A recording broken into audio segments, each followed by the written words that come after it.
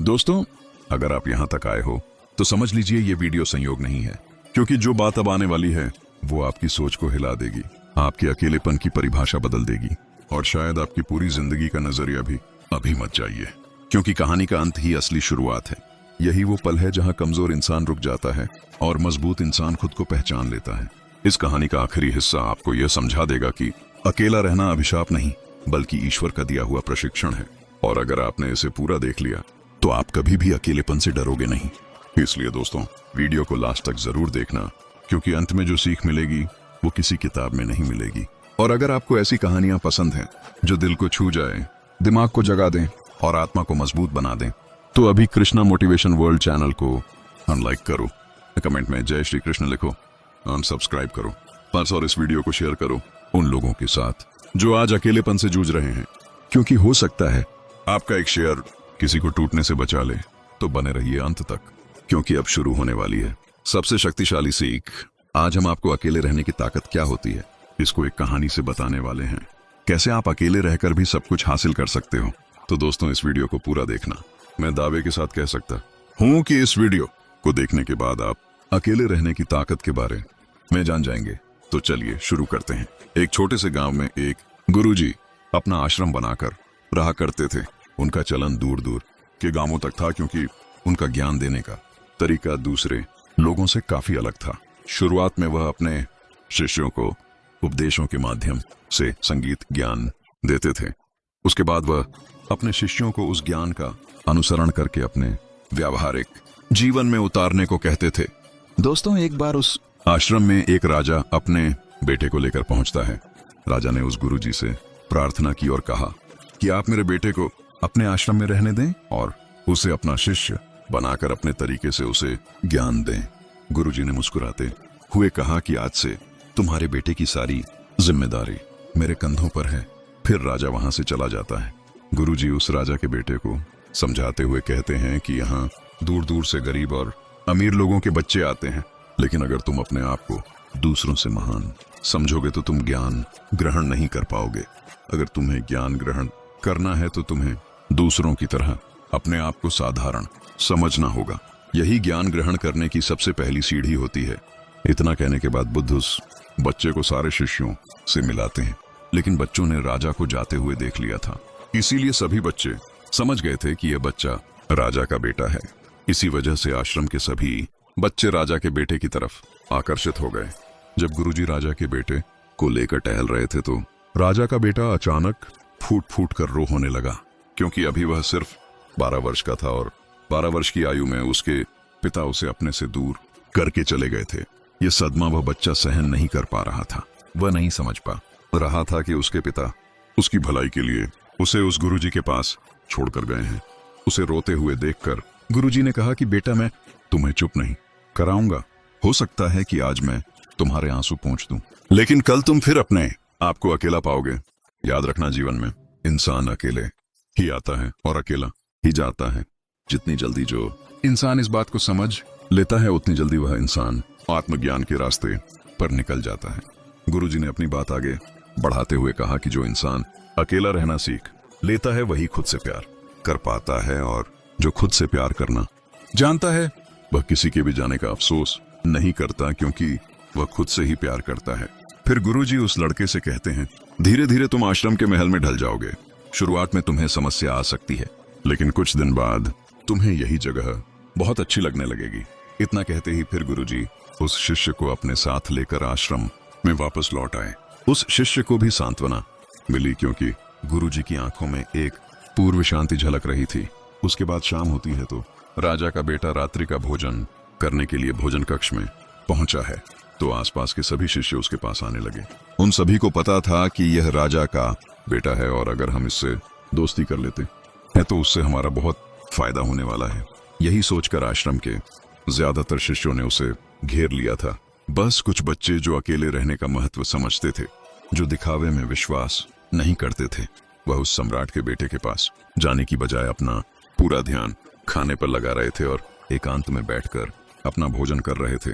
कुछ दिनों के बाद राजा के बेटे को आश्रम के ज्यादातर बच्चों के साथ दोस्ती हो गई।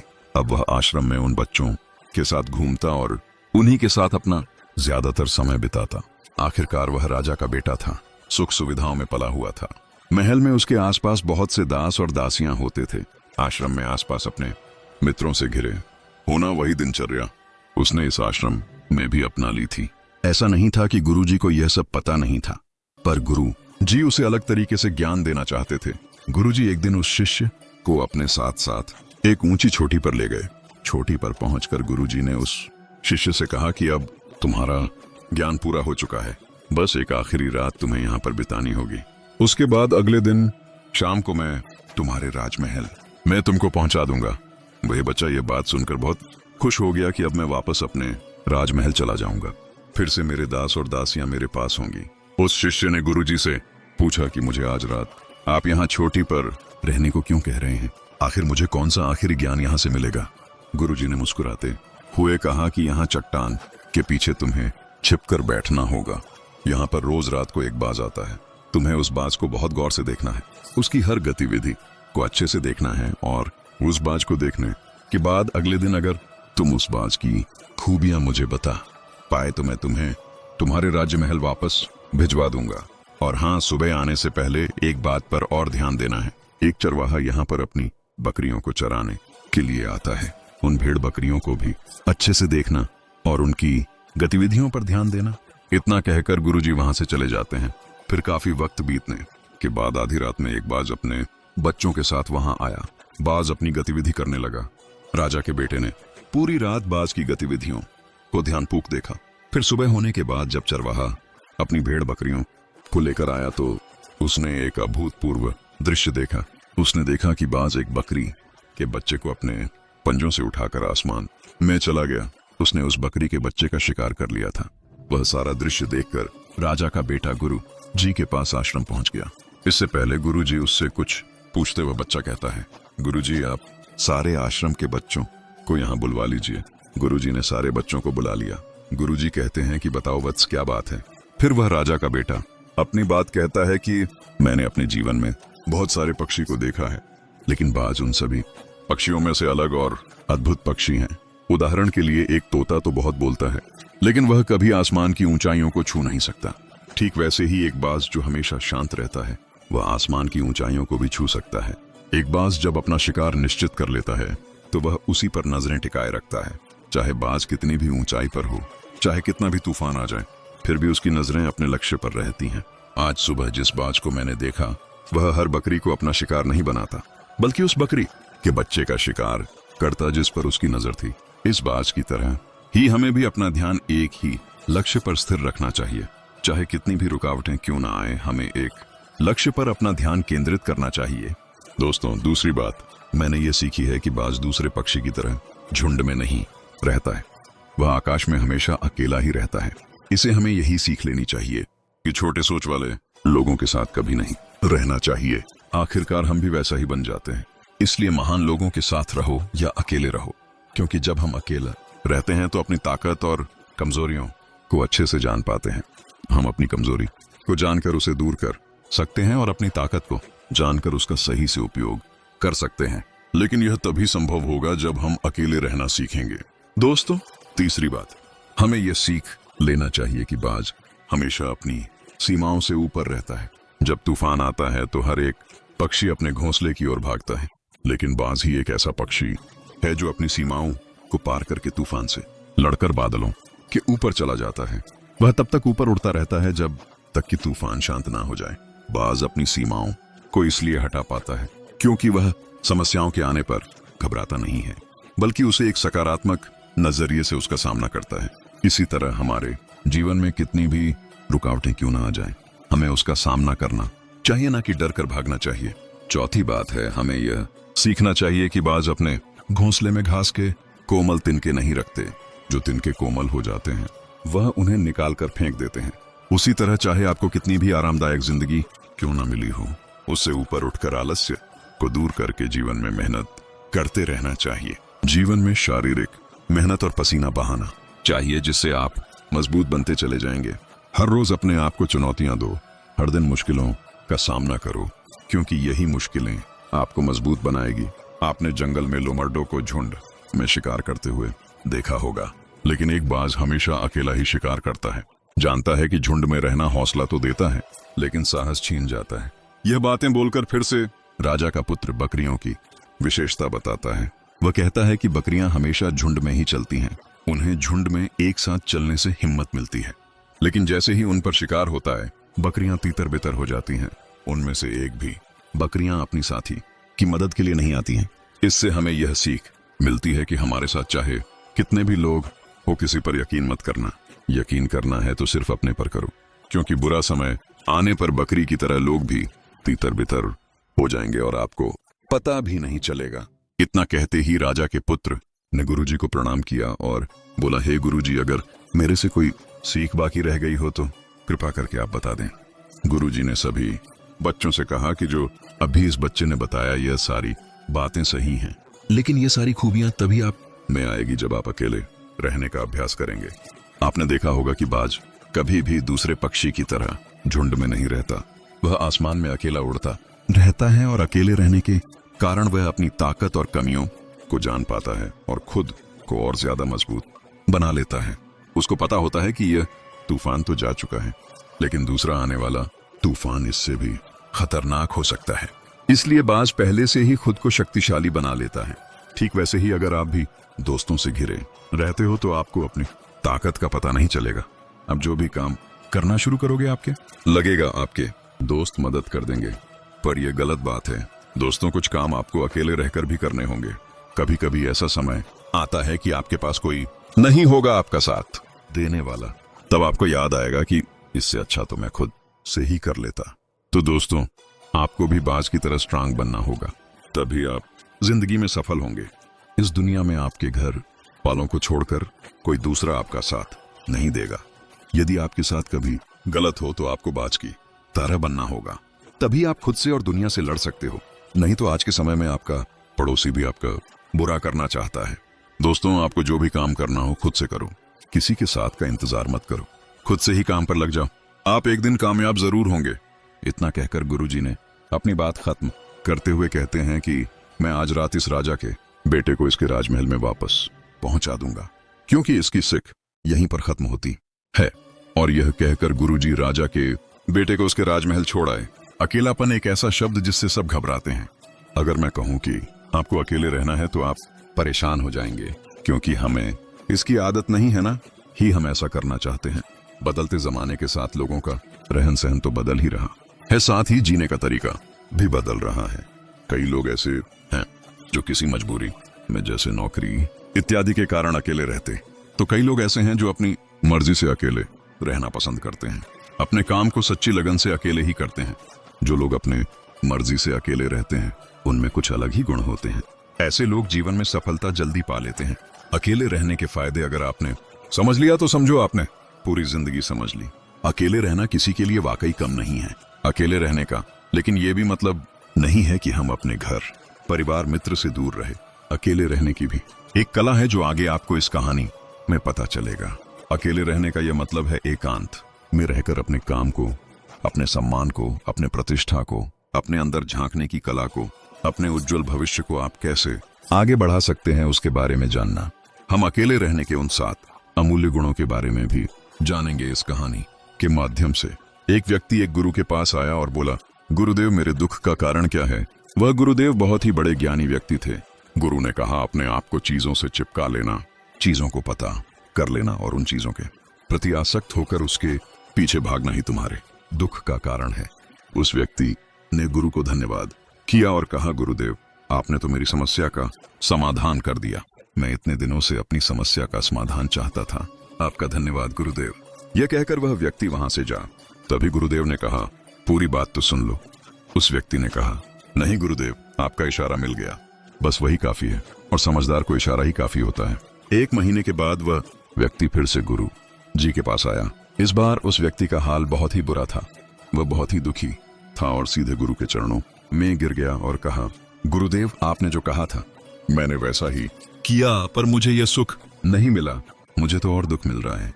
गुरु ने उस व्यक्ति से पूछा, तुमने ऐसा क्या किया? व्यक्ति ने कहा, मुझे अपने परिवार वालों से, मित्र रिश्तेदारों से दुख मिल रहा था। मैंने उसे छोड़ दिया और छोड़कर चला गया। 2-4 दिन तो मुझे अच्छा लगा, पर धीरे धीरे मुझे उनकी याद आने लगी। अपने माता पिता, अपनी पत्नी, अपने बच्चे याद आने लगे। रिश्तेदार, यहाँ तक कि अपने शत्रु भी मुझे याद आने लगे। इतना दुखी तो मैं उनके पास रहकर भी नहीं था जितना मैं उनसे दूर होकर हो गया। इसीलिए आज मैं वापस अपने घर जाने के लिए निकला था और आपके पास आ पहुंचा। आपने मुझे इतनी गलत सलाह क्यों दी? गुरुदेव मुस्कुराए और कहा, तुम परिवार को छोड़कर भागे, मित्र, रिश्तेदारों, हर तरफ की शक्तियों को भी छोड़कर भागे। पर यह तुम्हारी गलत फहमी थी कि तुम छोड़कर भाग रहे हो। वास्तव में तो तुम उन्हें लेकर भाग रहे थे। व्यक्ति ने कहा, पर गुरुदेव, मैं तो किसी को अपने साथ नहीं लाया। गुरु ने कहा, जो चीज हमें दुख देती है वह कहीं बाहर नहीं होती। यहाँ तक कि जो हमें सुख देती है वह भी बाहर नहीं होती। यह सब परिवार वाले, रिश्तेदार, मित्र, शत्रु, ये सब कहाँ बसते हैं? ये सब हमारे मन में बसते हैं। और जब तुम भागे तो तुम अपने मन को साथ लेकर भागे, और तुम्हारे मन में ये सब तुम्हारे साथ भाग रहे थे, तो तुम इनसे कहीं दूर गए ही नहीं। और जब हम इन चीज से दूर हो जाते हैं, यानी छोड़कर भाग जाते हैं, तब मन उन चीजों को पाने के लिए फिर से प्रयास करने लगता है, और तब ये चीजें बहुत ज्यादा दुख देती हैं, जैसा तुम्हें हो रहा। व्यक्ति ने कहा, तो गुरुदेव, मैं क्या करूं? चीजों के साथ रहो तो दुख, चीजों को छोड़कर जाओ तो दुख। क्या मैंने सिर्फ दुख उठाने के लिए ही जन्म लिया है? गुरु जोर से हंसने लगे और कहा, यह बात बिल्कुल सत्य है। यहाँ सब सिर्फ दुख उठाने के लिए जन्म लेते हैं, पर यह भी सत्य है कि इन दुखों के पार सुख है और उन सुख के पार दुख है, फिर सुख और फिर दुख है। जिन चीजों में हमें सुख नजर आता है वह दुख देते हैं, और जिनमें दुख नजर आता है वही सुख का कारण बन जाते हैं। फिर उस व्यक्ति ने कहा, गुरुदेव, क्या इस सुख दुख के माया जाल से बाहर निकलने का कोई रास्ता नहीं है? गुरु ने कहा, रास्ता तो है, मगर तुम इसी दुनिया में रहना चाहते हो, इन सब के साथ रहना चाहते हो, वो तो तुम्हें एक काम करना होगा। तुम ऐसे रहो जैसे कि तुम इस दुनिया में अकेले हो। सबके साथ रहो पर अकेले रहो। व्यक्ति ने कहा, पर गुरुदेव, यह कैसे हो सकता है? गुरु उस व्यक्ति को एक जगह पर ले गए जहां एक मेला लगा हुआ था। वहां बहुत भीड़ थी। गुरु ने कहा, देखो अपने आसपास, यहाँ किसी को जानते हो क्या? व्यक्ति ने कहा, नहीं, यहाँ तो कोई भी मेरी जान पहचान का नहीं है। गुरु ने कहा, क्या तुम यहाँ अकेले हो? व्यक्ति बोला, हाँ गुरुदेव, बिल्कुल अकेला हूँ। गुरु ने कहा, नहीं, तुम्हारे मन में कुछ चल रहा है, तुम अकेले नहीं हो। व्यक्ति ने कहा, हाँ, मैं जल्द से जल्द अपने घर जाना चाहता हूँ, अपने पत्नी से, अपने बच्चों से, अपने माता पिता से मिलना चाहता हूँ, अपने मित्रों से मिलना चाहता हूँ, वही मेरे मन में चल रहा है। गुरु ने कहा, अब यह सब भूलकर आंखें बंद कर लो और अपना ध्यान यहाँ होने वाली आवाजों पर लगा दो। व्यक्ति ने ऐसा ही किया, और जैसे ही उसने अपनी आंखें बंद की और सारा ध्यान वहां हो रही आवाजों पर लगा दिया, उसे एक अकेलापन, एकांत महसूस हुआ। उसे लगा कि वह इतनी बड़ी भीड़ में भी अकेला है। सभी आवाजों के ऊपर ध्यान लगाने के कारण किसी आवाज का कोई महत्व नहीं था, बस आवाज ही थी। और फिर उसने अपनी आंखें खोली और कहा, गुरुदेव, यहाँ तो मैं बिल्कुल अकेला हूँ, सब है पर कुछ नहीं है। गुरु ने कहा, बस इसी तरह अकेले रहना है तुम्हें। तुम रहो सबके साथ भीतर से, लेकिन अकेले रहो। साथ में सब हो पर मन में कोई ना हो। जिसने इस तरह से अकेले जीना सीख लिया, उसे कभी जीवन में दुख नहीं होगा, उसे चीजें दुख नहीं देगी, वह हर चीज में आनंद की प्राप्ति कर सकता है। गुरु ने आगे कहा, महान सफलताएं अकेलेपन से ही शुरू होती हैं। अकेलापन ही हमें उनसे मिलाता है। अपने अकेलेपन को नकारात्मक मत समझना, बल्कि उसे एकांत समझकर खुद को जानने का प्रयास करो। जब तुम्हें एकांत पसंद आने लगे तो समझो तुम्हारा वास्तविक वजूद तुमसे मिलना चाहता है, इसलिए अपने इस एकांत प्रेम का सम्मान करो। गुरु बोले, मैं तुम्हें 7 ऐसी खूबियों के बारे में बताता हूँ जो अकेले रहने वाले लोगों में पाई जाती है और उन्हें दूसरों से अलग बेहतर बनाती है। गुरु ने कहना शुरू किया, पहली खूबी जो एकांत में रहने वाले लोगों में पाई जाती है वह यह है कि ऐसे लोगों की तुलना में खुद के प्रति ज्यादा जागरूक होते हैं। वह खुद के भाव और आचरण के बारे में ज्यादा गहराई से जानते हैं।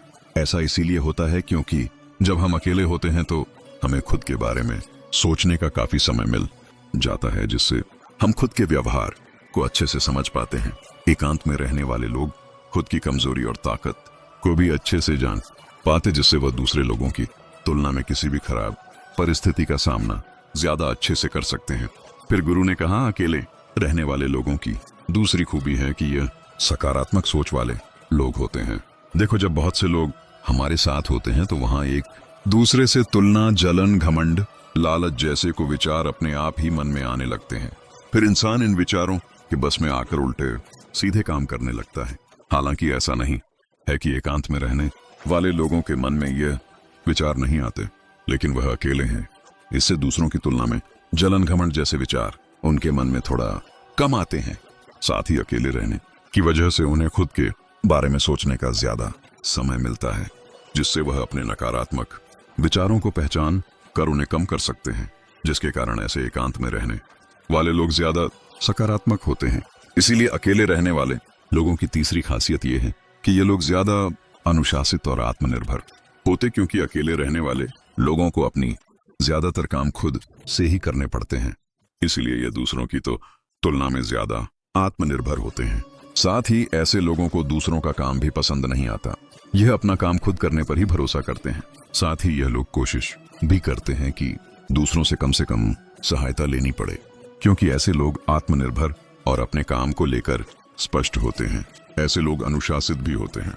ये लोग अपने समय की कद्र करते हैं और दूसरों का भी समय बर्बाद नहीं करते हैं।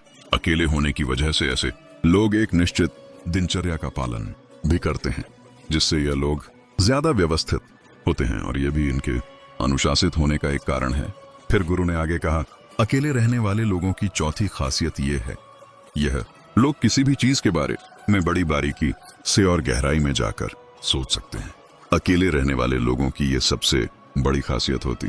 इसलिए जितने भी लेखक, कवि और बड़े बड़े कहानियों के रचयिता हैं, उन सभी को एकांत में रहना पसंद था, क्योंकि जब कोई व्यक्ति एकांत में होता है तो अपने अंदर की आवाज सुन पाता है। जितने भी बड़े आविष्कार हुए हैं, उन सब की शुरुआत एकांत में हुई थी, क्योंकि एकांत में रहकर ही किसी भी चीज के बारे में बड़ी बारीकी से सोचा और समझा जा सकता है कि और इनका व्यक्तित्व सबसे अलग हटकर होता है, क्योंकि एकांत में रहने वाले लोग अपना ज्यादातर समय अपने साथ बिताते, इसलिए ये दूसरों की बातें और विचारों से बहुत ही कम प्रभावित होते हैं। इनके अपने जीवन को जीने के खुद बनाए नियम और कायदे होते हैं, जिनका यह पालन करता है, और ये किसी से भी आसानी से प्रभावित नहीं होता। इसीलिए ऐसी लोगों की शख्सियत सबसे हटकर सबसे अलग होती है। इसलिए इनके व्यवहार में एक अलग ही निरालापन होता है, जो किसी दूसरे व्यक्ति को भी पसंद आ सकता है और नहीं भी। और वह लोग जो ज्यादातर दूसरे लोगों के साथ रहते हैं, वह अकेले रह ही नहीं पाते। वह कितनी भी कोशिश कर ले, जाने अजाने में सही, लेकिन दूसरे के व्यक्तित्व का कुछ हिस्सा उनके अंदर आ ही जाता है। दूसरों के आदतें, दूसरों के विचार उनके अंदर प्रवेश कर ही जाते हैं, जिससे उनके व्यक्तित्व में वह अनूठापन व निरालापन नहीं आता। उनका व्यक्तित्व कई सारे लोगों के साथ व्यक्तित्व का मिश्रण होता है। गुरु बोले, छठी खासियत जो एकांत में रहने वाले लोगों में होती है, ज्यादा लोगों से अपने संबंध नहीं बनाते, लेकिन ये जितने भी लोगों से संबंध बनाते हैं, सच्चे दिल से बनाते हैं। ऐसे लोगों के बहुत ही कम दोस्त होते हैं, लेकिन जितने भी होते हैं, यह उनसे अपने दोस्ती को पूरी ईमानदारी से निभाने की कोशिश करते हैं। अक्सर लोगों को यह लगता है कि एकांत में रहने वाले लोग बहुत कम बात करते हैं। देखिए, उनसे पूछिए जिनसे ये दिल से जुड़े होते हैं, उनसे यह कितनी बातें करते हैं। वैसे लोग इन्हें अपना मान लेते हैं और वह इनके सामने अपने पूरे दिल की बात रख देते हैं। अकेले रहने वाले लोग बहुत ही कम लोगों के साथ संबंध रखते हैं, लेकिन बुरे वक्त पड़ने पर वह अपनी तरफ से पूरी मदद करने के लिए तैयार रहते हैं।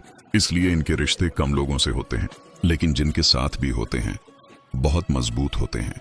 अगली खासियत, अकेले रहने वाले लोग मानसिक तौर पर और भावनात्मक रूप से मजबूत होते हैं, क्योंकि उन्हें पता होता है कि अगर कोई समस्या उनके ऊपर आती है तो उन्हें अकेले ही उन समस्या से निपटना पड़ेगा। ऐसी बात करने से उनके अंदर खुद के प्रति आत्मविश्वास बढ़ जाता है, और आत्मविश्वास एवं आत्मसम्मान के बढ़ने से वह मानसिक और भावनात्मक तौर पर और मजबूत होते चले जाते हैं, और ये मान लेते हैं कि कोई भी ऐसी समस्या नहीं है जिससे वह अपनी दृढ़ इच्छा के दम पर हरा ना सके, और यही आत्मविश्वास उन्हें हर परिस्थिति में स्थिर बनाए रखता है। गुरु ने शांत स्वर में आगे कहा कि जब कोई व्यक्ति भीतर से मजबूत हो जाता है, तब बाहरी परिस्थितियां उसे तोड़ नहीं पाती। अकेले रहने वाला व्यक्ति यह स्वीकार कर लेता है कि सुख दुख, लाभ हानि, प्रशंसा निंदा सब जीवन का हिस्सा है। वह इनसे भागता नहीं, बल्कि इन्हें देखता है, समझता है और फिर अपने मार्ग पर आगे बढ़ जाता है। गुरु बोले, सातवीं और अंतिम खूबी यह है कि एकांत में रहने वाले लोग जीवन के उद्देश्य को जल्दी पहचान लेते हैं। वह व्यक्ति ध्यान से सुन रहा था। गुरु ने समझाया कि जब हम हमेशा लोगों की भीड़ में रहते हैं तो हमारी इच्छाएं भीड़ से प्रभावित होकर जन्म लेती हैं। हमें वही अच्छा लगने लगता है जो दुनिया अच्छा कहती है। वही लक्ष्य हमें बड़ा दिखने लगता है जिसके पीछे सब भाग रहे होते हैं। लेकिन एकांत में बैठने वाला व्यक्ति खुद से यह पूछ पाता है कि मैं वास्तव में क्या चाहता हूं, और यही प्रश्न उसे उसके जीवन के वास्तविक उद्देश्य तक ले जाता है। गुरु ने कहा, उद्देश्यहीन जीवन बोझ बन जाता है और उद्देश्य से भरा जीवन तपस्या बन जाता है।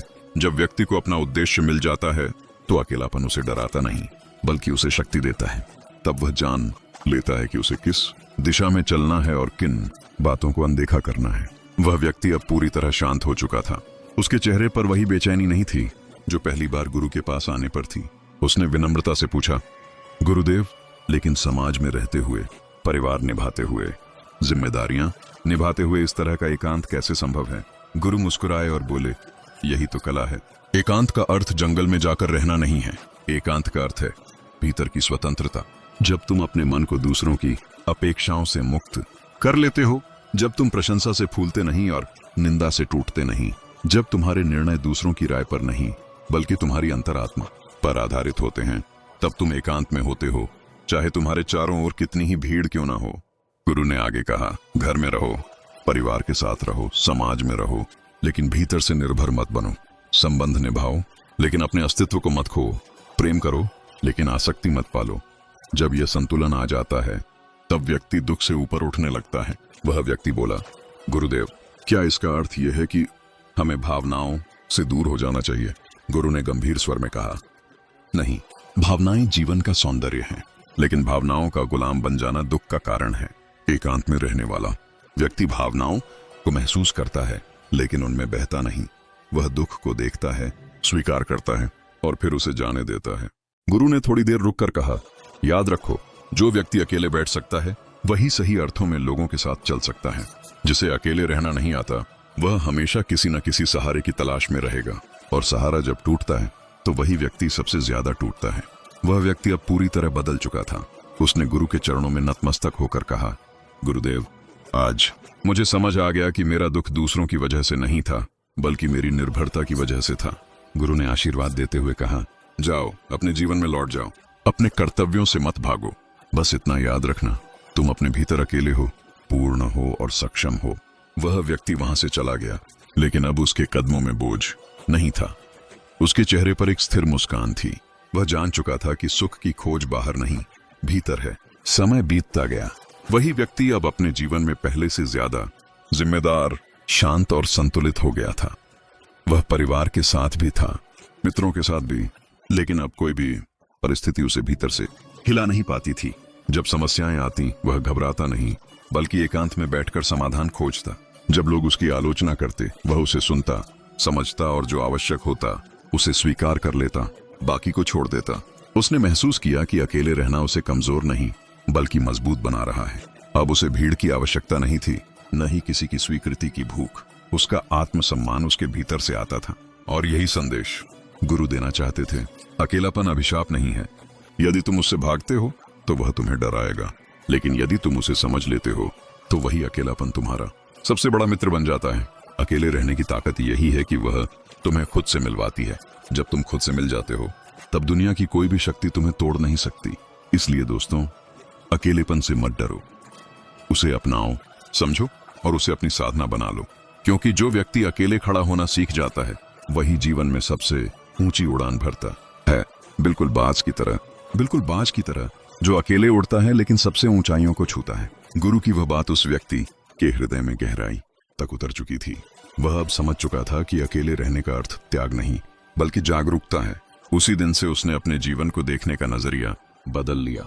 अब वह व्यक्ति जब सुबह उठता तो सबसे पहले कुछ समय एकांत में बैठकर अपने विचारों को देखता। पहले जहां उसका मन हजारों चिंताओं से भरा रहता था, अब वह धीरे धीरे शांत होने लगा। उसे एहसास हुआ कि उसके दुखों का असली कारण परिस्थितियां नहीं थीं, बल्कि उन परिस्थितियों के प्रति उसका दृष्टिकोण था। अकेले बैठने से उसे यह शक्ति मिली कि वह अपने विचारों को बिना जज किए देख सके। समय के साथ उसने एक बात और नोटिस की, जब वह खुद के साथ सहज रहने लगा तब लोगों के साथ उसका व्यवहार भी बदल गया। पहले वह लोगों से अपेक्षाएं रखता था, अब वह उन्हें स्वीकार करने लगा था। वह किसी से कुछ पाने की उम्मीद नहीं करता था, बल्कि जो मिल रहा था उसके लिए कृतज्ञ रहने लगा। गुरु की एक बात उसे बार बार याद आती, जो भीतर से भरा होता है वह बाहर से मांगता नहीं। अब वह व्यक्ति भीतर से भरने लगा था। उसके जीवन में समस्याएं अब भी आती थीं, लेकिन फर्क यह था कि वह अब उनसे डरता नहीं था। जब कोई कठिन परिस्थिति आती तो वह सबसे पहले खुद से पूछता, इससे मैं क्या सीख सकता हूँ? यही प्रश्न उसे भीड़ से अलग करता था। जहां बाकी लोग शिकायत करते वह आत्ममंथन करता, जहां लोग दोष ढूंढते वह समाधान खोजता। धीरे धीरे लोग भी उसके बदलते स्वभाव को महसूस करने लगे। कुछ लोगों को उसका शांत रहना घमंड लगने लगा, तो कुछ को वह रहस्यमय प्रतीत हुआ। लेकिन अब उसे फर्क नहीं पड़ता था। उसने सीख लिया था कि हर किसी को खुश करना असंभव है। जो व्यक्ति खुद के साथ ईमानदार होता है वही सच्चा होता है। एक दिन वही व्यक्ति फिर से गुरु के पास गया। इस बार वह दुखी नहीं था बल्कि कृतज्ञ था। उसने कहा, गुरुदेव, आपने जो सिखाया उसने मेरी पूरी जिंदगी बदल दी। गुरु ने मुस्कुराकर कहा, मैंने कुछ नहीं सिखाया, मैंने तो बस तुम्हें तुम्हारे भीतर झांकने का रास्ता दिखाया। गुरु ने आगे कहा, अब मैं तुम्हें एक और गहराई की बात बताता हूँ। जब कोई व्यक्ति अकेले रहना सीख लेता है तब उसके भीतर करुणा जन्म लेती है। व्यक्ति ने आश्चर्य से पूछा, करुणा और अकेलेपन का क्या संबंध है गुरुदेव? गुरु बोले, जब तुम अपने दुख को समझ लेते हो तब तुम दूसरों के दुख को भी समझने लगते हो। जो व्यक्ति खुद से जुड़ा होता है वह दूसरों को चोट नहीं पहुंचाता। वह जानता है कि हर व्यक्ति अपने भीतर एक युद्ध लड़ रहा है। यह सुनकर उस व्यक्ति को अपने अतीत की याद आई। कैसे वह छोटी छोटी बातों पर लोगों से नाराज हो जाता था, कैसे वह खुद को सही और दूसरों को गलत साबित करने में लगा रहता था। अब उसे समझ आया कि वह सब उसके भीतर के डर का परिणाम था। गुरु ने कहा, अकेलापन तुम्हें कठोर नहीं बल्कि कोमल बनाता है, लेकिन यह कोमलता कमजोरी नहीं होती, यह गहराई होती है। वह व्यक्ति अब पूरी तरह बदल चुका था। उसने अपने जीवन को साधना बना लिया था। काम करते हुए भी वह भीतर से शांत रहता। सफलता आती तो वह झुक जाता, असफलता आती तो वह सीख लेता। धीरे धीरे उसका जीवन दूसरों के लिए भी प्रेरणा बनने लगा। लोग उससे पूछने लगे, तुम हमेशा इतने शांत कैसे रहते हो? वह बस मुस्कुरा देता और कहता, मैं खुद के साथ रहना सीख गया हूँ। उसने यह भी समझ लिया था कि अकेले रहने की शक्ति का मतलब समाज से कट जाना नहीं है, बल्कि इसका मतलब है भीड़ में भी अपनी पहचान को बनाए रखना। आज के समय में जब हर कोई किसी न किसी पर निर्भर होना चाहता है, तब आत्मनिर्भर होना सबसे बड़ी शक्ति है। उसने युवाओं को समझाना शुरू किया कि सोशल भीड़ और असली संबंधों में फर्क होता है। हजारों लोगों से घिरे होने के बावजूद अगर तुम खुद से जुड़े नहीं हो तो तुम अकेले ही हो, और अगर तुम खुद से जुड़े हो तो अकेले होकर भी पूर्ण हो। वह कहा करता था, अकेलापन तब खतरनाक होता है जब तुम खुद से भागते हो, लेकिन वही अकेलापन वरदान बन जाता है जब तुम खुद को जानने लगते हो। समय के साथ उसने ये भी सीखा कि हर अकेलापन एकांत नहीं होता। अकेलापन दर्द देता है, लेकिन एकांत शक्ति देता है। अकेलापन खालीपन है, एकांत पूर्णता है। फर्क सिर्फ दृष्टि का है। अब जब जीवन में कोई कठिन दौर आता तो वह उसे संकेत मानता कि शायद जीवन उसे और मजबूत बनाना चाहता है। वह बाज की तरह तूफान से डरकर नीचे नहीं उतरता था, बल्कि उससे ऊपर उड़ जाता था। और यही वह रहस्य था जो गुरु ने कहानी, अनुभव और मौन के माध्यम से सिखाया था कि महानता भीड़ में नहीं, एकांत में जन्म लेती है। अंत में गुरु के शब्द गूंजते हैं, यदि तुम जीवन में सच में सफल होना चाहते हो तो अकेले रहना सीखो। यदि तुम शांति चाहते हो तो अकेले रहना सीखो, और यदि तुम खुद से मिलना चाहते हो तो एकांत को अपना मित्र बना लो। क्योंकि जो व्यक्ति खुद का साथ निभा लेता है उसे फिर दुनिया के सहारे की जरूरत नहीं पड़ती। क्योंकि वह खुद अपने लिए सबसे बड़ा सहारा बन चुका होता है। समय आगे बढ़ता गया और वह व्यक्ति अब केवल अपने जीवन तक सीमित नहीं रहा। उसके भीतर जो शांति और स्थिरता आई थी वह धीरे धीरे उसके व्यवहार, उसके शब्दों और उसके कर्मों से बाहर झलकने लगी थी। लोग अनायास ही उसकी ओर खींचे चले आते थे। कोई उसे गुरु मानने लगा, कोई मित्र तो कोई मार्गदर्शक, लेकिन वह स्वयं को इनमें से कुछ भी नहीं मानता था। वह बस इतना जानता था कि वह अब अपने भीतर घर कर चुका है। एक दिन एक युवक उसके पास आया। युवक की आंखों में बेचैनी थी, वही बेचैनी जो कभी इस व्यक्ति की आंखों में हुआ करती थी। युवक बोला, मैं बहुत अकेला महसूस करता हूँ।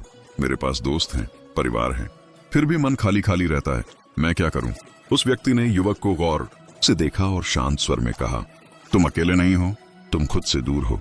युवक ने आश्चर्य से पूछा, यह कैसे हो सकता है? वह व्यक्ति मुस्कुराया और बोला, जब हम हर समय दूसरों की आवाज सुनते रहते हैं तब हम अपनी आवाज सुनना भूल जाते हैं, और जब अपनी आवाज खो जाती है तब भीड़ में भी अकेलापन महसूस होता है। उसने युवक को बताया कि कैसे उसने खुद एकांत को अपनाया, कैसे शुरुआत में डर लगा, बेचैनी हुई, पुराने विचार लौट लौट कर आए, लेकिन फिर धीरे धीरे मन शांत होने लगा।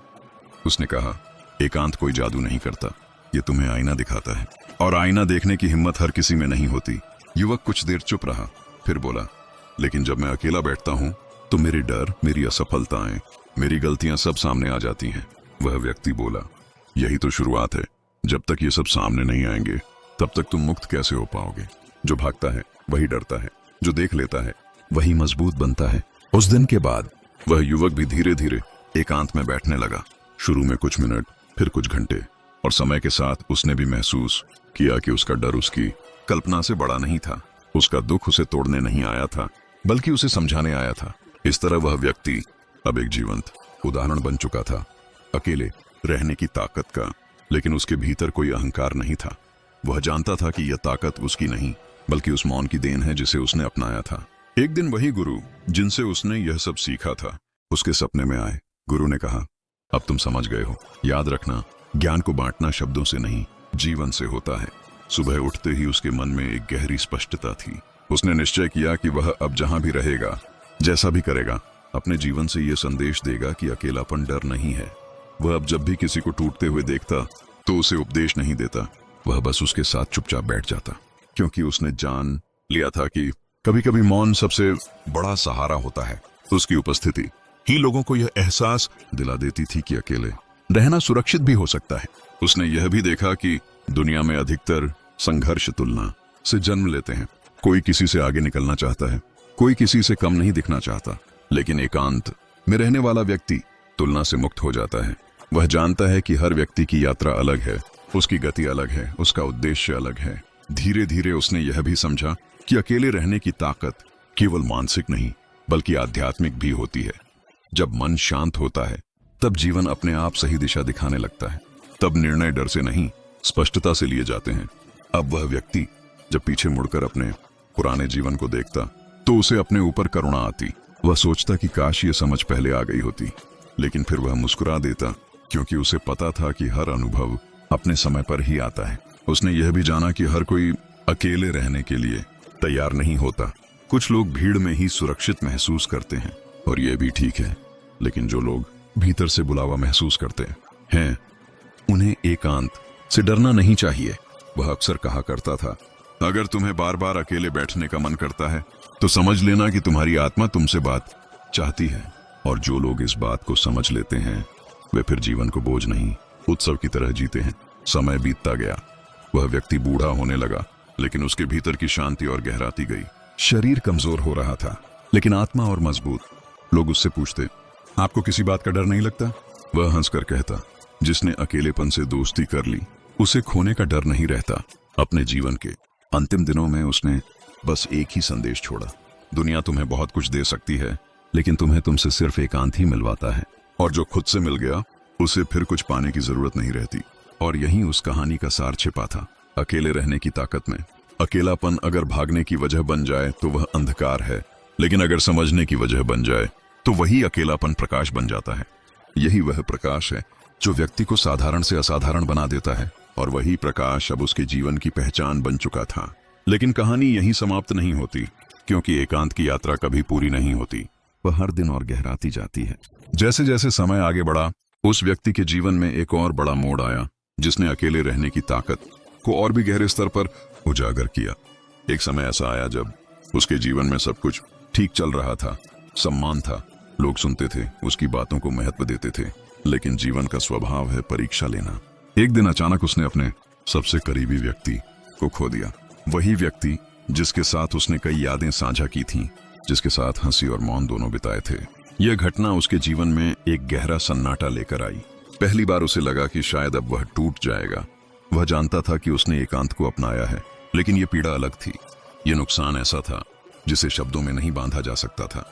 कई रातें वह बिना सोए बिताता, कई बार आंखों से आंसू बहते, लेकिन अब एक फर्क था, वह इन आंसुओं से भागा नहीं। उसने खुद से कहा, अब भी यही समय है जब मुझे अपने ही सिखाए हुए सत्य पर चलना है। वह हर दिन कुछ समय अकेले बैठता, उस व्यक्ति की यादों को आने देता, दर्द को महसूस करता। वह खुद को समझाता नहीं था, खुद को बहलाता नहीं था, बस देखता था। धीरे धीरे उसे एहसास हुआ कि दर्द भी एक शिक्षक होता है। ये हमें सिखाता है कि जो आया है वह जाएगा, और जो गया है वह कहीं ना कहीं हमारे भीतर एक रूप में जीवित रहता है। उसे यह भी समझ आया कि एकांत हमें कठोर नहीं बनाता, बल्कि सहनशील बनाता है। अगर वह पहले जैसा होता तो शायद इस दुख में दूसरों को दोष देता, परिस्थितियों को कोसता। लेकिन अब वह जानता था कि जीवन का हर अनुभव हमें परिपक्व करने आता है। इस घटना के बाद वह और भी शांत हो गया। अब उसके शब्द कम हो गए थे, लेकिन उसकी उपस्थिति और गहरी हो गई थी। लोग उसके पास आते, कुछ कहते, कुछ रोते, कुछ बस चुपचाप बैठ जाते।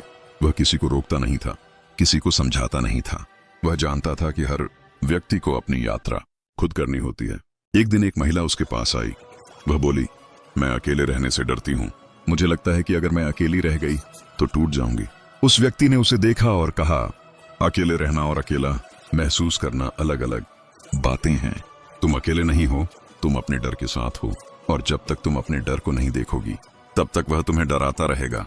उसने उस महिला को बताया कि कैसे उसने अपने जीवन में सबसे कठिन समय अकेले बैठकर निकाले, कैसे उसने सीखा कि मन का शोर धीरे धीरे शांत हो जाता है अगर हम उसे दबाते नहीं बल्कि सुनते हैं।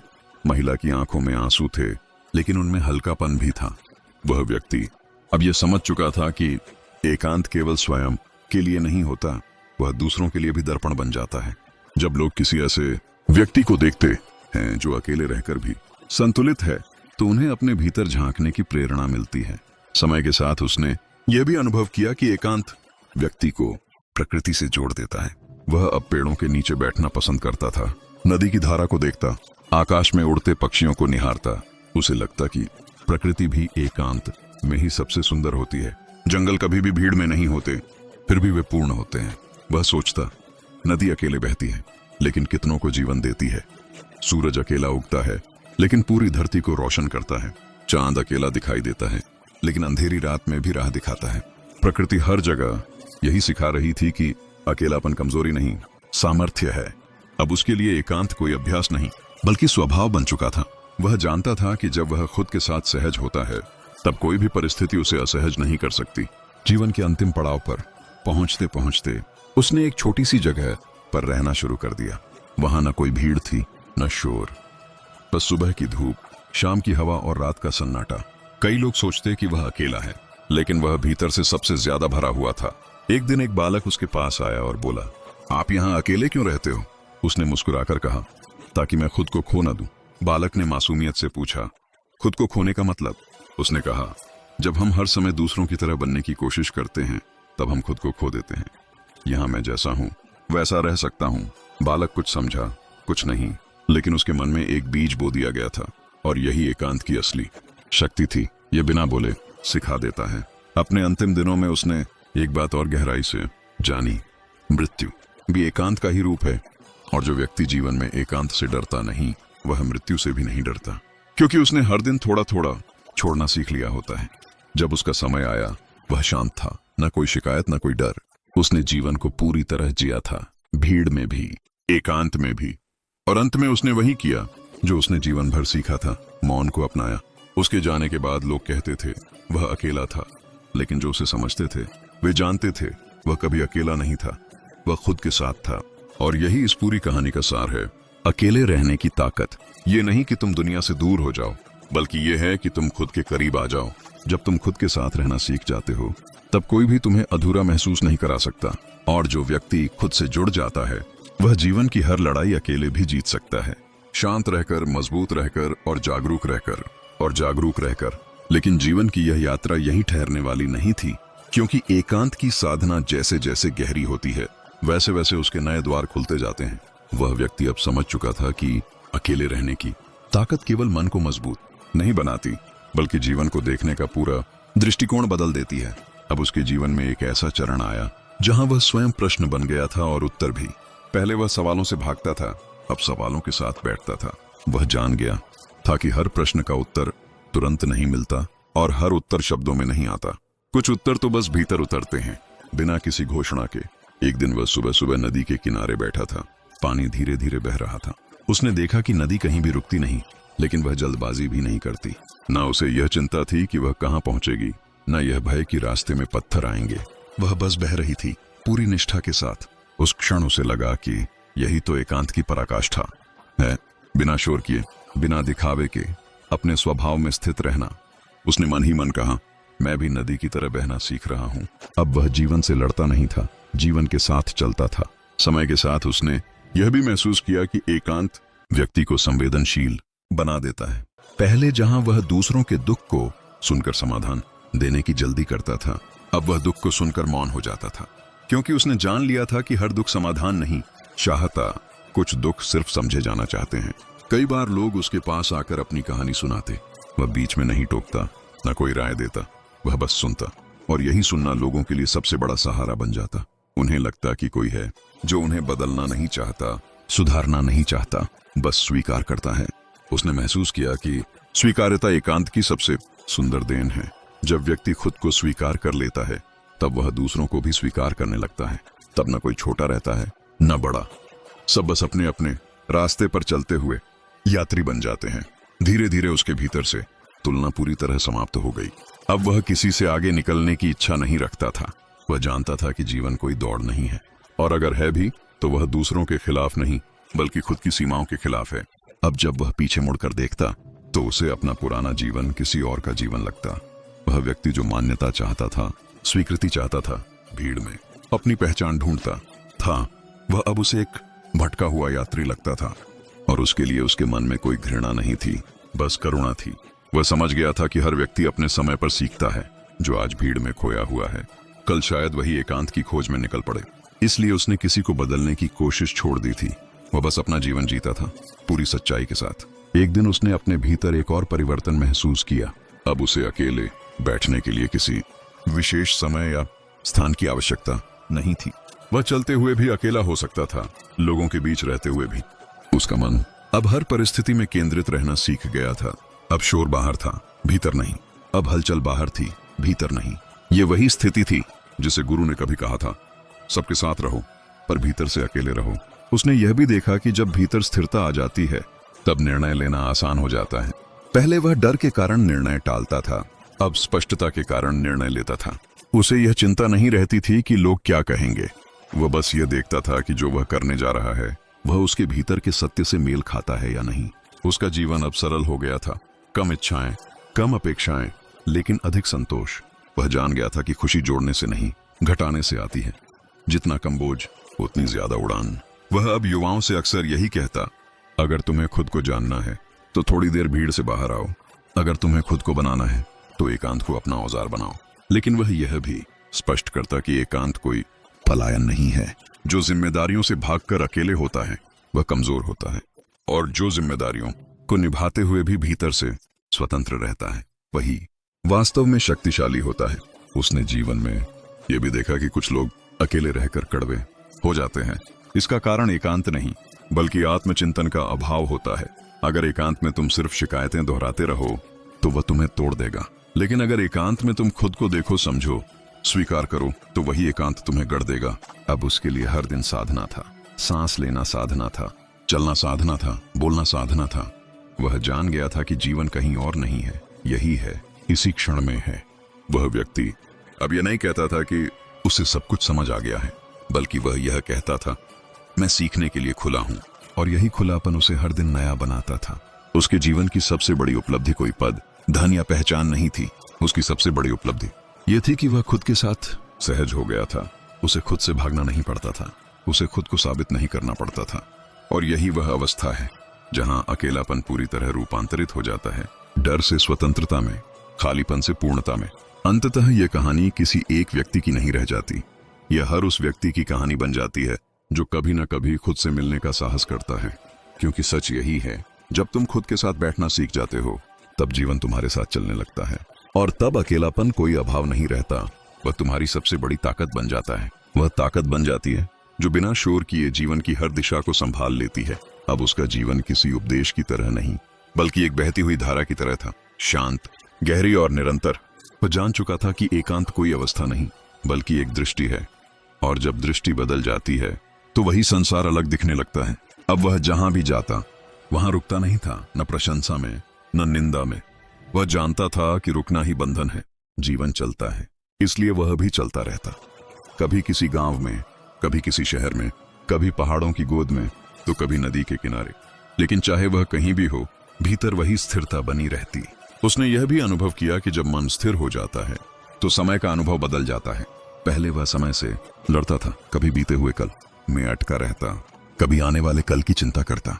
अब वह समय के साथ बैठता था। उसे पता था कि यह क्षण ही एकमात्र सत्य है। जो बीत गया वह शिक्षा है, जो आने वाला है वह संभावना है, और जो है वही जीवन है। धीरे धीरे उसके भीतर एक नई समझ जन्म लेने लगी कि अकेले रहने की ताकत का अंतिम रूप सेवा है। जब व्यक्ति खुद से भर जाता है तब वह बांटने लगता है, बिना किसी अपेक्षा के, बिना किसी पहचान के। वह अब जहां भी जाता वहां किसी न किसी के जीवन में हल्की सी रोशनी छोड़ आता। कभी किसी की बात सुनकर, कभी किसी के साथ चुपचाप बैठकर, कभी सिर्फ मुस्कुराकर। वह जान गया था कि हर व्यक्ति को समाधान नहीं चाहिए, हर व्यक्ति को ज्ञान नहीं चाहिए। कई बार सिर्फ यह एहसास काफी होता है कि तुम अकेले नहीं हो, और यह एहसास वही दे सकता है जिसने अपने अकेलेपन को समझ लिया हो।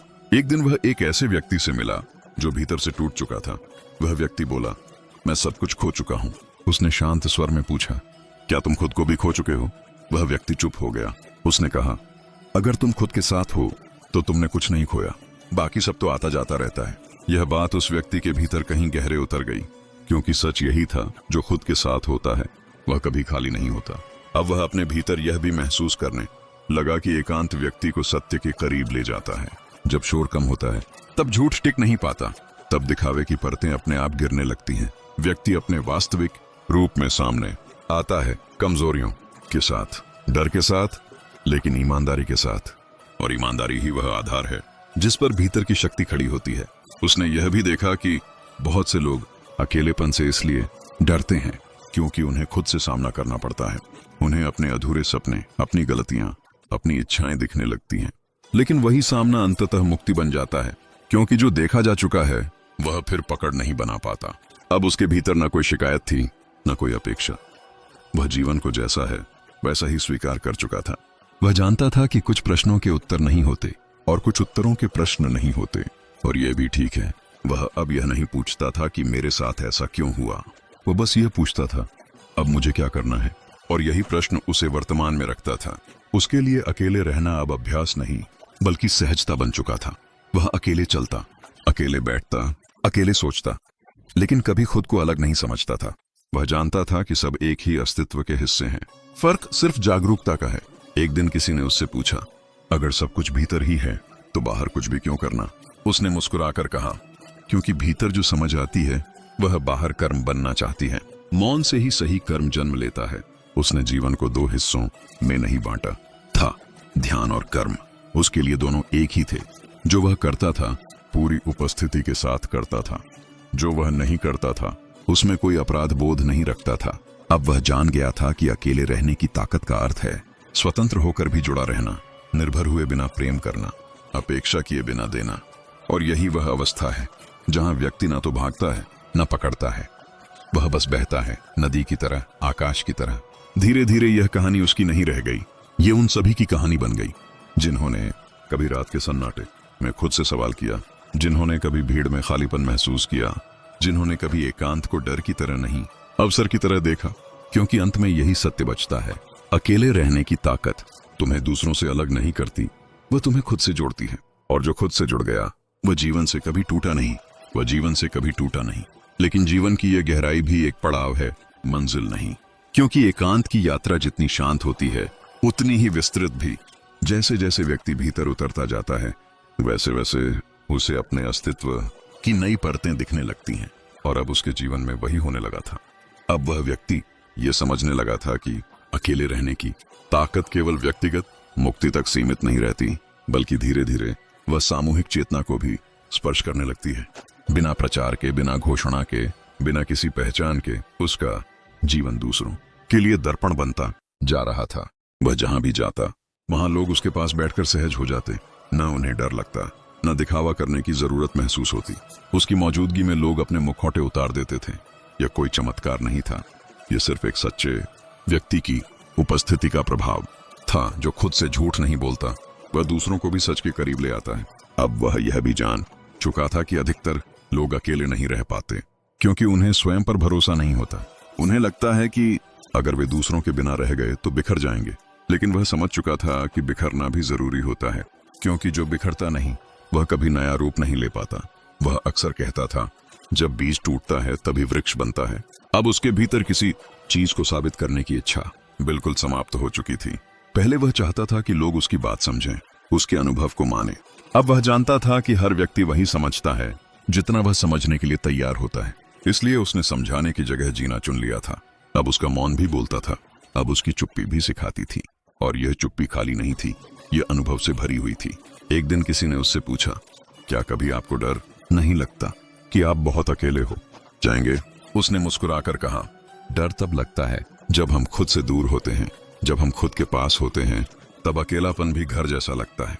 यह सुनकर सामने वाला व्यक्ति चुप हो गया, क्योंकि यह बात दिमाग से नहीं, अनुभव से कही गई थी। समय के साथ उसने ये भी जाना कि अकेले रहने की ताकत का एक और गहरा पहलू है, उत्तरदायित्व। जब कोई व्यक्ति खुद पर निर्भर होना सीख लेता है तब वह अपने जीवन की पूरी जिम्मेदारी भी स्वीकार कर लेता है। वह दूसरों को दोष देना छोड़ देता है, वह हालात को कोसना छोड़ देता है। वह जानता है कि जो भी है उसके अपने चुनावों का परिणाम है, और यह स्वीकार करना आसान नहीं होता, लेकिन यही स्वीकार्यता व्यक्ति को भीतर से मजबूत बनाती है। अब वह यह नहीं कहता था, मेरे साथ गलत हुआ। वह कहता था, मेरे साथ जो हुआ उसने मुझे गढ़ा। अब जीवन उसके लिए एक शिकायत नहीं, एक प्रयोग बन चुका था। हर दिन कुछ नया सिखाने आता था, कभी धैर्य, कभी करुणा, कभी साहस, कभी छोड़ने की कला। उसने यह भी देखा कि जो लोग अकेले रहना सीख लेते हैं वे दूसरों के साथ भी ज्यादा ईमानदार होते हैं।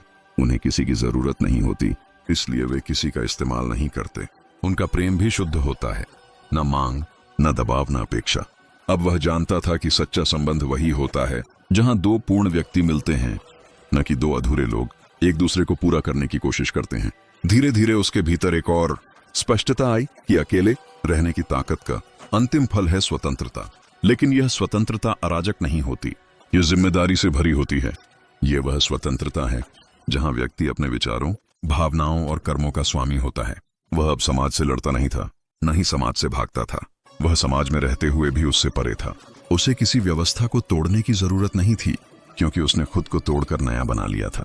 अब उसका जीवन किसी लक्ष्य की ओर दौड़ नहीं रहा था, वह खुद ही लक्ष्य बन चुका था। एक ऐसा जीवन जो जागरूकता से जिया जाए।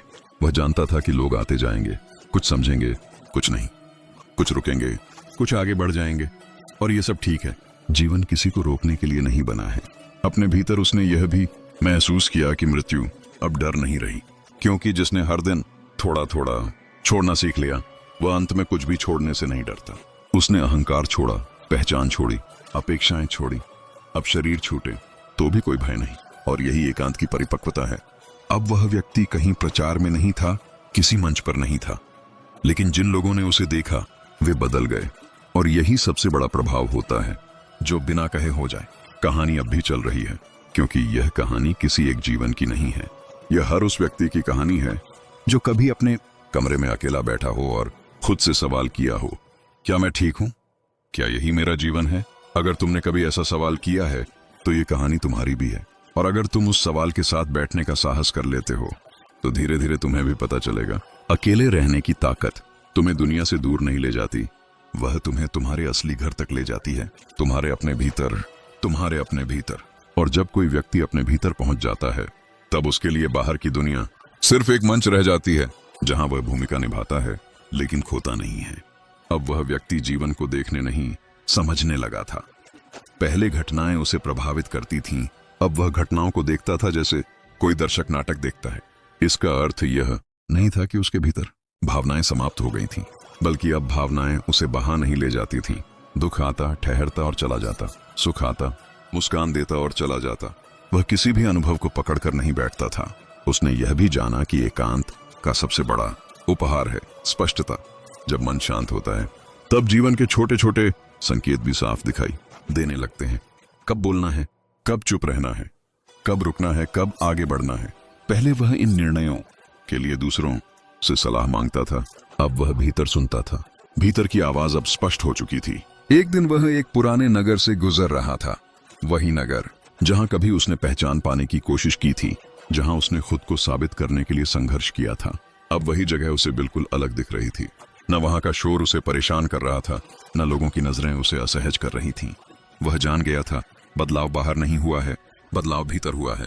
उसने महसूस किया कि जब भीतर कुछ बदलता है तो वही दुनिया नया अर्थ देने लगती है। अब वह जहां भी ठहरता लोग उससे पूछते, आप जीवन में इतना स्थिर कैसे रहते हैं? वह उत्तर देता, क्योंकि अब मैं खुद से लड़ता नहीं हूं। लड़ाई ही अस्थिरता की जड़ होती है। हम अपने विचारों से लड़ते हैं, अपनी भावनाओं से लड़ते हैं, अपने अतीत से लड़ते हैं, लेकिन जिस दिन हम लड़ना छोड़ देते हैं उसी दिन शांति उतरने लगती है। अब उसे यह भी समझ आ चुका था कि अकेले रहने की ताकत का अर्थ है स्वयं का मित्र बन जाना। जब तुम खुद के मित्र बन जाते हो तब तुम्हें किसी बाहरी सहारे की आवश्यकता नहीं रहती। तब अकेले कमरे में बैठना सजा नहीं लगता बल्कि विश्राम लगता है। वह व्यक्ति अब खुद से बातें करता था, लेकिन यह पागलपन नहीं था, यह आत्मसंवाद था। वह खुद से पूछता, आज तुम कैसे हो? आज तुम्हें किस बात ने दुखी किया? आज तुमने क्या सीखा? और वह खुद को ईमानदारी से उत्तर देता। यही ईमानदारी उसे मजबूत बनाती जा रही थी। धीरे धीरे उसके जीवन में एक और बदलाव आया। अब वह कम बोलता था, लेकिन जब बोलता था तो शब्द सीधे दिल तक पहुंचते थे, क्योंकि वे मन से नहीं अनुभव से आते थे। वह दिखावे की भाषा नहीं बोलता था, वह वही बोलता था जो उसने जिया था। अब उसे यह भी फर्क समझ में आ गया था कि अकेलापन और तन्हाई अलग अलग चीजें हैं। तन्हाई तब होती है जब हम खुद को अधूरा मानते हैं, और एकांत तब होता है जब हम खुद को पूरा मान लेते हैं।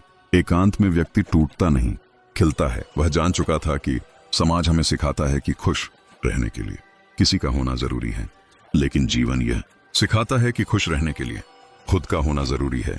अब उसके लिए रिश्ते बोझ नहीं थे, वह रिश्तों खुद का ही होता है। और जब यह सत्य भीतर उतर जाता है तब जीवन किसी प्रश्न की तरह नहीं बल्कि एक गहन अनुभव की तरह बहने लगता है। अब वह व्यक्ति समय को काटता नहीं था, समय के साथ चलता था। उसे न जल्दी थी न देर का डर। वह जान चुका था कि हर चीज अपने समय पर आती है, समझ भी, अवसर भी और विदाई भी। अब उसके जीवन में एक और परिवर्तन आया। पहले वह अकेले रहना सीख रहा था, अब वह अकेलेपन में भी प्रेम को महसूस करने लगा था। यह प्रेम किसी व्यक्ति के लिए नहीं था, न किसी वस्तु के लिए। यह प्रेम अस्तित्व के लिए था, उस हवा के लिए जो बिना कुछ मांगे बहती है, उस धूप के लिए जो बिना भेदभाव चमकती है, उस रात के लिए जो बिना शोर के सबको ढक लेती है। वह समझ चुका था कि जब व्यक्ति भीतर से शांत होता है तब उसका हृदय स्वाभाविक रूप से खुल जाता है, और खुले हृदय में डर टिक नहीं पाता। पहले वह सोचता था कि प्रेम कमजोरी है, क्योंकि प्रेम में दुख होता है। अब वह जान गया था कि दुख प्रेम के कारण नहीं, अपेक्षा के कारण होता है। अब वह प्रेम करता था लेकिन मांगता नहीं था। अब वह देता था लेकिन बदले की आशा नहीं रखता था। और यही प्रेम उसे और भी अकेला नहीं बल्कि और भी पूर्ण बनाता जा रहा था। एक दिन वह लंबे समय बाद अपने पुराने घर गया। वही दीवारें, वही आंगन, वही रास्ते। पहले यह सब देखकर उसके भीतर स्मृतियों का तूफान उठ जाता था। अब स्मृतियां आईं लेकिन शांत होकर, न आंखें नम हुई न हृदय भारी। उसने महसूस किया कि अतीत अब उसे पकड़ नहीं सकता, क्योंकि वह अब वर्तमान में जड़ें जमा चुका था। उसने उस घर में अकेले बैठकर बहुत देर तक मौन को सुना, और उस मौन में उसे अपना पूरा जीवन दिखा। गलतियां, डर, संघर्ष, सीख, गिरना, उठना। और पहली बार उसने अपने पूरे जीवन को बिना किसी न्याय के देखा। न खुद को दोषी ठहराया, न खुद को महान बनाया, बस स्वीकार किया। यही स्वीकार्यता उसकी सबसे बड़ी उपलब्धि थी। अब वह जान चुका था कि जब तक हम खुद को दोष देते रहते हैं तब तक हम मुक्त नहीं हो सकते, और जब तक हम खुद को श्रेष्ठ मानते रहते हैं तब तक भी हम मुक्त नहीं हो सकते। मुक्ति इन दोनों के बीच है, जहां हम बस हैं जैसे हैं।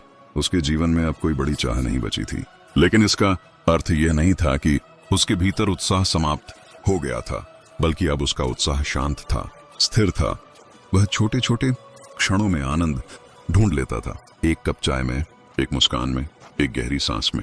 वह समझ गया था कि खुशी कोई लक्ष्य नहीं है, यह तो जीवन जीने का तरीका है। अब वह यह भी देख रहा था कि दुनिया कितनी बेचैन है। लोग हर समय कुछ बनने की दौड़ में हैं, अमीर, सफल, प्रसिद्ध, सही, और इसी दौड़ में वे खुद से दूर होते जा रहे हैं।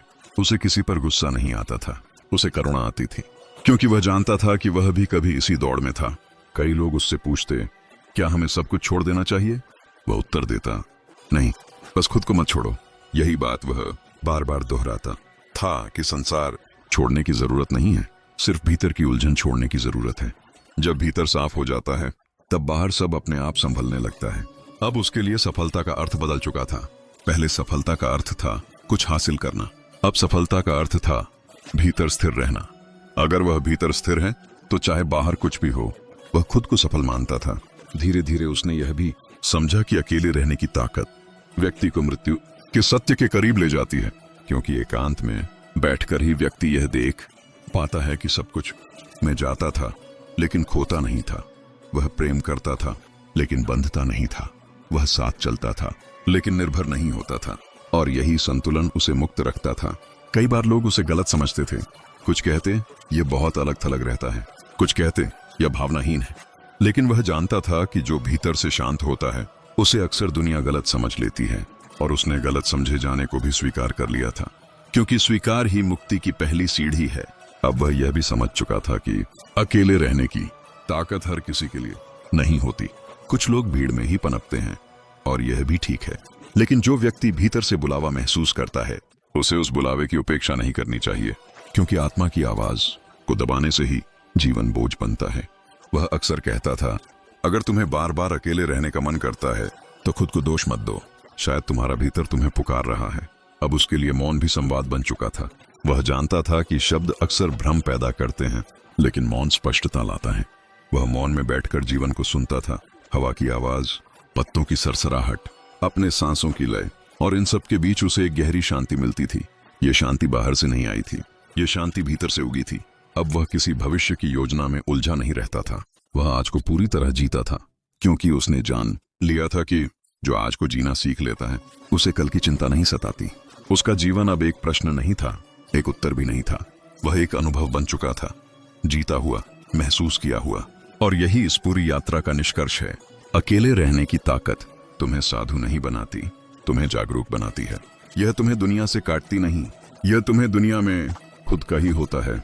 और यही वह बिंदु है जहां यह कहानी पूरी नहीं होती, बल्कि आपकी जिंदगी की शुरुआत होती है। दोस्तों, अगर आपने इस कहानी को यहां तक सुना है तो समझ लीजिए आप साधारण इंसान नहीं हैं, क्योंकि हर कोई अकेले रहने की ताकत को समझने की हिम्मत नहीं करता। अकेलापन कमजोर नहीं बनाता, अकेलापन तैयार करता है। अकेलापन आपको तोड़ता नहीं, अकेलापन आपको तराशता है। जिस दिन आप भीड़ से डरना छोड़ देंगे उस दिन आप खुद से मिलने लगेंगे, और जिस दिन आप खुद से मिल गए उस दिन दुनिया की कोई ताकत आपको रोक नहीं पाएगी। याद रखना, बाज को किसी झुंड की जरूरत नहीं होती उड़ने के लिए, उसे बस अपने पंखों पर भरोसा होता है। अगर आज आप अकेले हैं तो यह आपकी कमजोरी नहीं, यह ईश्वर का दिया हुआ अवसर है, खुद को जानने का, खुद को मजबूत बनाने का, और खुद की एक नई पहचान गढ़ने का। दोस्तों, अगर ये कहानी आपके दिल को छू गई हो, अगर कहीं ना कहीं आपने खुद को इसमें महसूस किया हो, तो इस वीडियो को लाइक जरूर करना, क्योंकि आपका एक लाइक किसी और की जिंदगी बदल सकता है। इस कहानी को शेयर करो उन लोगों के साथ जो आज अकेलेपन से डर रहे हैं, ताकि उन्हें पता चले कि अकेलापन डर नहीं, ताकत है। और अगर आप ऐसे ही जीवन बदल देने वाली कहानियां, गहरे विचार और आत्मज्ञान से भरे वीडियो हर रोज पाना चाहते हो, तो अभी चैनल को सब्सक्राइब कर लो और बेल आइकॉन दबाना मत भूलना, क्योंकि याद रखना दोस्तों, भीड़ से अलग चलने वाले ही इतिहास बनाते हैं। या तो महान लोगों के साथ चलो या फिर अकेले चलो, लेकिन कभी भी छोटी सोच वाली भीड़ का हिस्सा मत बनो। मिलते हैं अगली कहानी में, तब तक के लिए खुद पर भरोसा रखो, अकेले चलना सीखो और बाज की तरह उड़ना शुरू करो।